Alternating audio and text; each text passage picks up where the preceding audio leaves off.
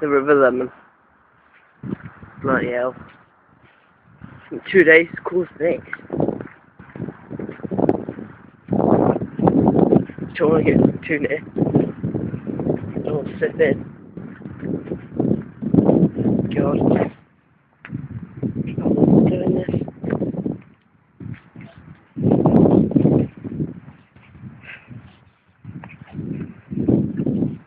If you're watching and you're not in England, this is what a river can do in 2 hours. About to burst its banks.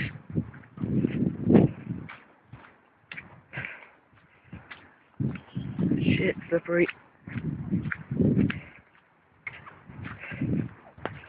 And they say they built flood defences on this side of the river. This video is proving them wrong.